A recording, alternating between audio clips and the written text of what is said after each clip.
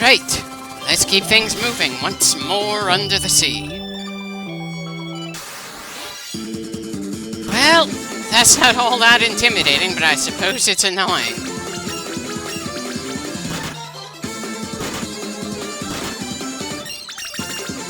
Well, Midori certainly has been taking the majority of hits here.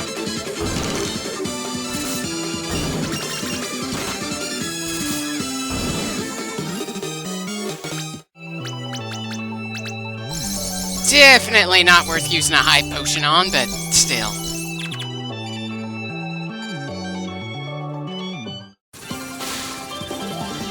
Huh. I don't think there was even a point of approaching this spot underwater instead of just flying here. I mean, other than maybe the bullshit of mountains somehow stopping an airship. Huh. Sorry about that. I'm used to a lot of other towns having us enter from the south, not from the north.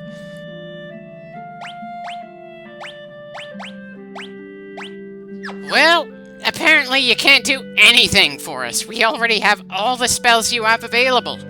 And I'm just not feeling tempted to buy the summons at all. Again, bit of a shame, but I suppose it's not like the fourth game does all that much with the summons from a storytelling perspective. You're good.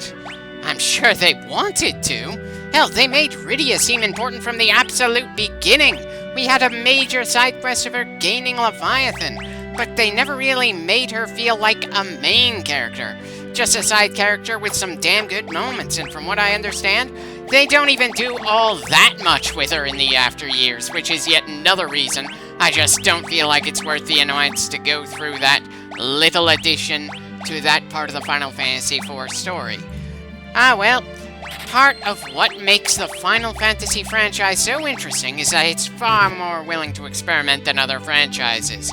Sometimes they get something right, sometimes they get something wrong, and sometimes they do something so baffling, you kind of feel the need to step back and try to figure out what the hell they might have been thinking.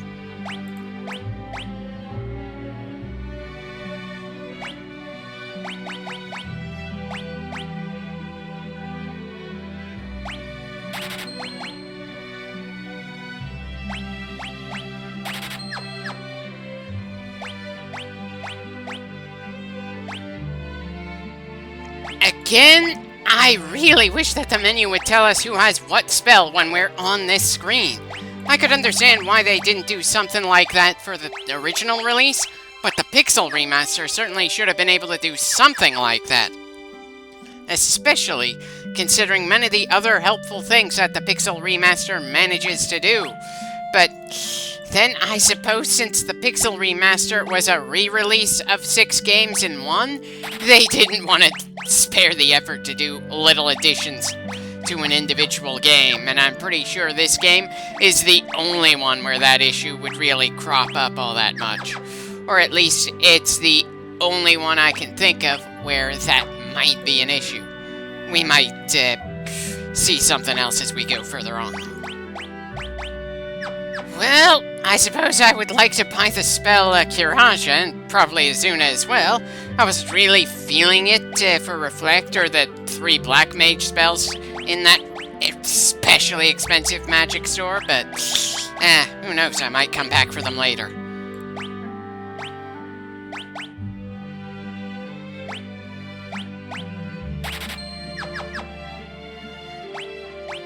Well, it's certainly going to be a pain in the ass to remember which mage in this clearing sold what spells.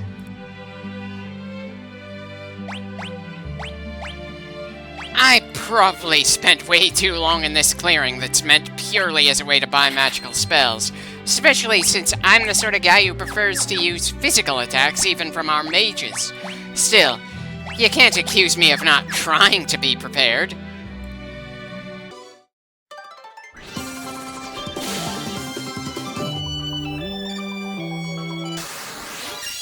I've seriously got no idea why we need the submarine to get to that particular place to buy spells. Seriously, why is it that this game won't let airships fly over mountains?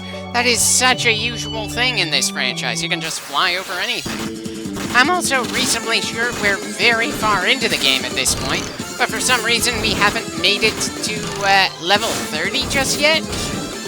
Kinda weird, and I'm pretty used to these sort of games lasting so long that the player doesn't go out of their way to grind their level up will end up in the high 40s to low 50s by the time the game ends. No, that's probably not the best way to keep track of how things are going in a game like this, though. Seriously, I'm having a hard time getting a sense for how much more we're gonna have to go through in this game before we're done. It took me 34 clips to complete Final Fantasy I, the original and most basic of the entire franchise. Final Fantasy IV took me 51 clips, and that game was a fair bit more complicated in terms of narrative than this one. I'm sure this game is going to be somewhere in between those 2 points. But either way, it feels to me as if this is taking longer than I'd like it. Yeah. Sure, this story doesn't do anything that would actively piss me off, but what it does is make me wish that things would move along faster. And that's not really all that feasible in a game like this when I'm already fast-forwarding the footage. What, are we completely unable to get to the spot where that sea serpent is floating around? Were we supposed to get to it before we gained the Nautilus? Because this feels way too early in the series for us to have to worry about potentially missing content. Side quests are barely a concept in gaming at all at this point, and storytelling in this game is just barely more than the sort of bare-bones stuff we got from the original Final Fantasy. I have absolutely no idea why I thought that coming back to the princess would lead to anything. Oh well, it's not like it lost us all that much time, and it's not like we've got all that clear of an idea where we're supposed to go now at the moment.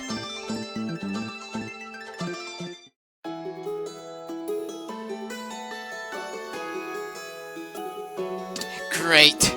They're still talking about Dash here. Sid doesn't even have anything new to say either. Understandable from a game design perspective, you can't waste all that much space after all, but it's always a bit of an awkward thing when you reach a point in a long game where the world feels distinctly less alive than it did at the start. And role-player games of any kind are far more likely to run into that problem than any real-time strategy games.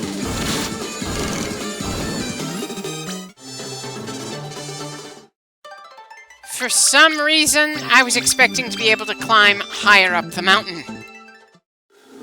But no, there's only one area of the mountain we're allowed to explore, and the one we explored early in the game. We can't go to the spot where we were nearly killed by Bahamut and his children. Not that I'm all that sure we could take on Bahamut at this stage of the game. Still, the thought kind of occurred to me, mostly because I know that taking on Bahamut is generally something you do close to the ending, at least based on how things went with Final Fantasy 1 and 4.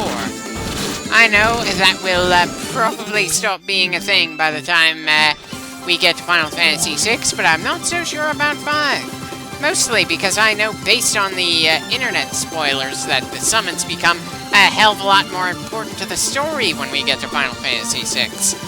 6, 9, 15, and 16 make the traditional summon creatures far more powerful and extremely linked to the plot, though 15 and 16 seem far more interested in making things into a glorified movie than much else.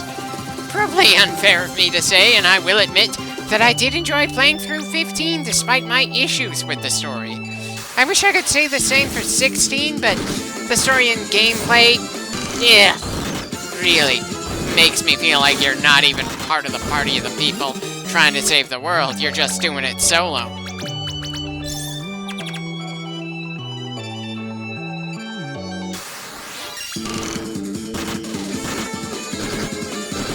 Really? One turn and Midori is down again? And Brett was nearly taken out too. These are random encounters, not anything we're supposed to take seriously. And it's not even like those random encounters are in any dungeon we technically shouldn't have entered quite yet. They're in a space between dungeons, a place we're meant to go through on our way to more dangerous places. The fact that we're taking casualties really gives me the sense that we're not properly prepared for this stage of the game. Not that I can really think how we can get better outside of pure leveling up, especially with all these classes and equipment and the quality of the equipment that's available for us to buy. Sure, we can keep leveling up, but we're taking over 500 points of health and damage out here, and even our most heavily armored character is taking quite a pounding.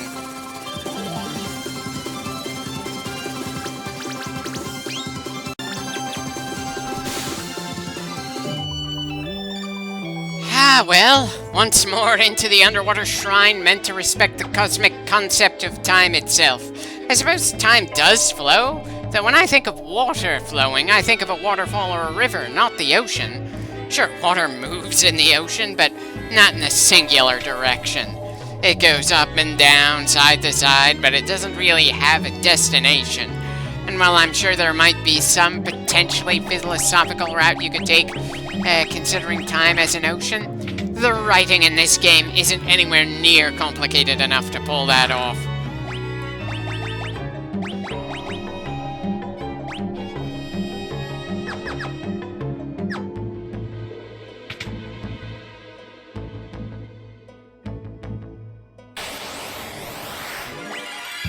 Really hoping there's not a boss fight at the end of this dungeon. But it really wouldn't be out of place either, especially since I doubt we're going to have a boss fight when we wake up that dream-focused magician later on.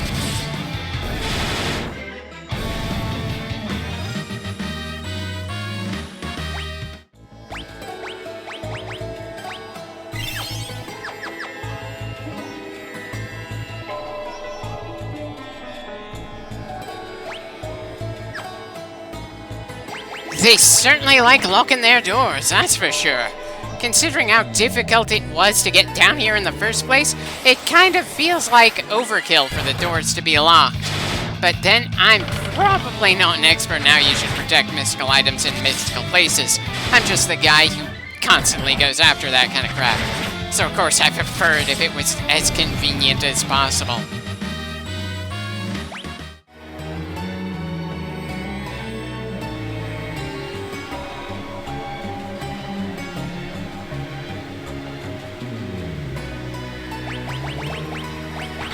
Definitely using up a lot of keys down here. I should hopefully remember to get more keys at some point, just in case later dungeons need them too. I'm pretty sure the Diamond Shield would be good in any other game, but this game really feels like it wants to make us feel like defense is not the way to go. They want us to do as much damage as quickly as possible.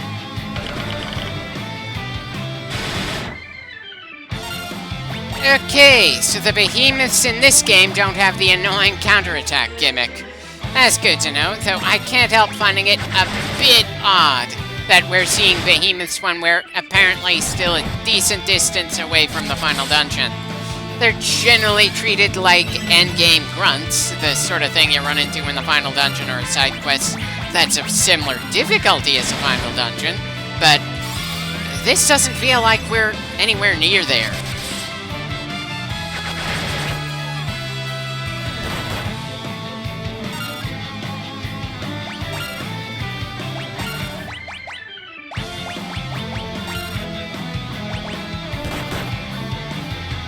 Definitely weird that Azul is taking less damage from a behemoth than Red is. Anyway, we've managed to avoid taking any casualties in that fight. Always nice to see.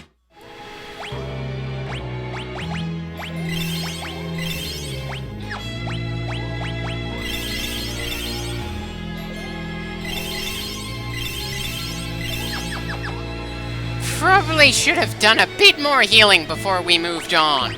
But as usual, it's not like we've got any real reason to hurry other than our own impatience.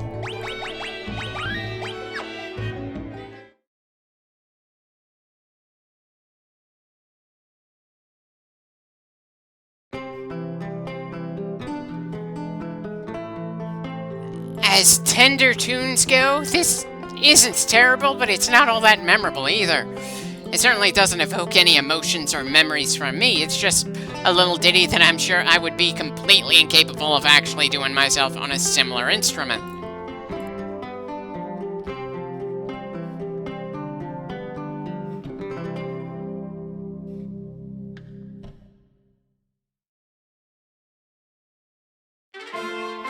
For some reason, I was expecting a fight the moment we gained that thing.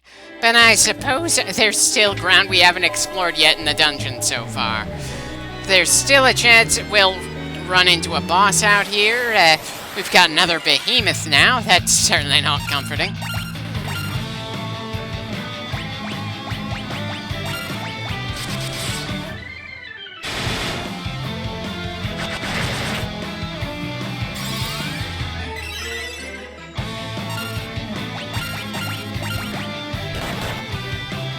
Well, Brett certainly is taking some hard hits here. About twice as much as we'd heal with a standard cure spell. Not even vaguely comforting. Have I mentioned that I keep worrying that we're just underprepared for what we're supposed to deal with out here? And how I have no clue how we could have prepared any more than we already have.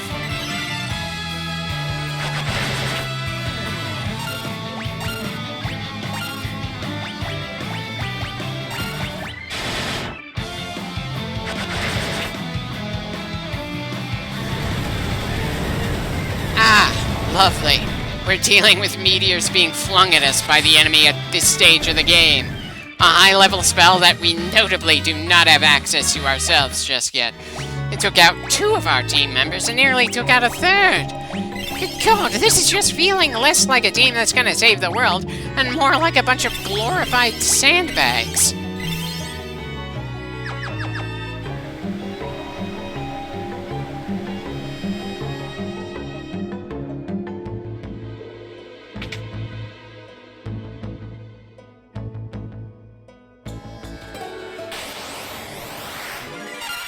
Well, at least the lizards and seahorses are a mercy. I'll take what I can get.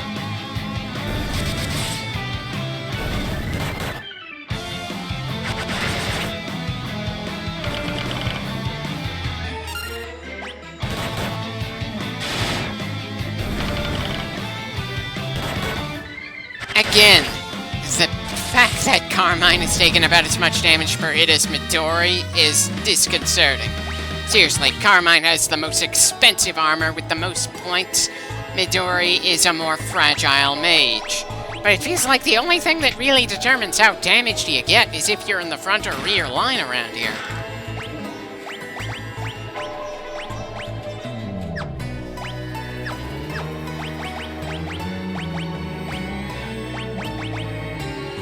Yeah, nobody else has armor points as high as Carmine on the team.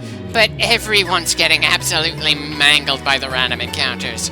In any other game, it would be obvious from those signs that you need to do more grinding, but in this game, it's probably a sign that I should have been doing more magical offense or something along those lines. Or maybe just that we're supposed to pour on so much offense that we don't have to worry about defense. Regardless of how you interpret it, there's no getting around the fact that I feel like we've been getting ground down to a fine paste. And every online guide I've been able to find is telling me that we're in a section of the game that should be technically easy. This is not the final dungeon, and it's not sending me any curveballs on the quality of what we had to deal with back on the floating tree fortress. Those are supposed to be the 2 biggest trouble spots, but there's so many other sections of this game where I just feel like it's far more brutal than other people keep telling me. Hell, I'm fairly certain that if I went through Digital Devil Saga 1 and 2, that it would feel more relaxing to me than Final Fantasy 3. Is that because the class system in this game is such a massive pain in the ass to me, or is there some other explanation? Well, we're done with that dungeon for the moment, at least. The rest of the clip is just fast-forwarded footage. We've got supplies to grab, some sleep to get, and we'll see what else I manage to do before I decide to take a rest. I swear, the Final Fantasy 3 clips are taking me a lot longer than I anticipated when I first decided to go through this game. Again, it hasn't done anything that makes me feel like outright giving up on LPing the game like Digimon World 2 or the DS Transformers games, but it just feels like such a grind for me to get through in terms of commentary that in some ways I dread when I stare at any of the files for this game on my computer.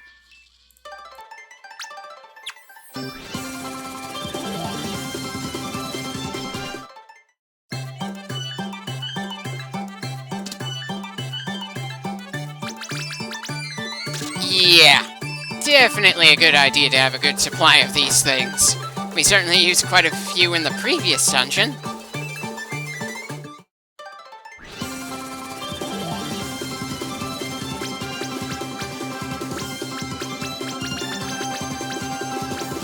Well, at least we won't have to go through that much wandering around to figure out where Une's shrine is. We already know where that is.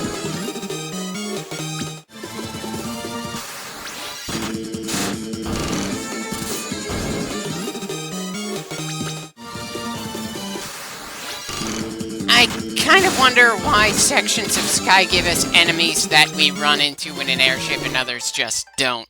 It's not like there's anything to visually say one section of air is more dangerous than the other. Anyway, looks like none of the Moogles have anything new to say. Ah, my mistake. There's at least a little fresh dialogue here. Well, I'm sure he'll be okay only long enough to get us what we need. Think I'm going to be going to check if he's gonna do well, or if we need to do things elsewhere before he gets to be done.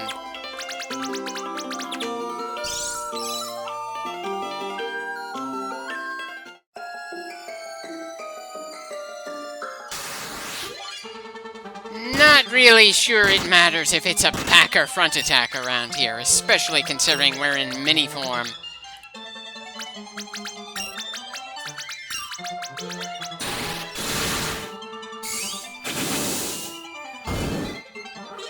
Definitely looking forward to not seeing this kind of gimmick in any of the later games in the franchise.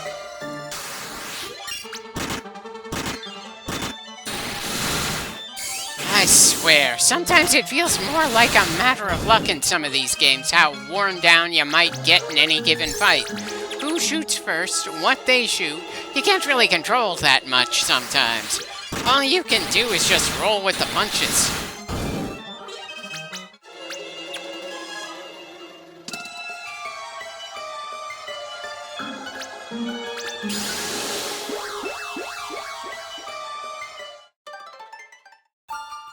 Yeah, that was pretty pointless. But hey, it's not like the game has made it all that clear what we're supposed to do right now, or given us any real deadline for getting things done. Hold on, we seem to be having some video problems. I might need to continue this in a different clip, even though this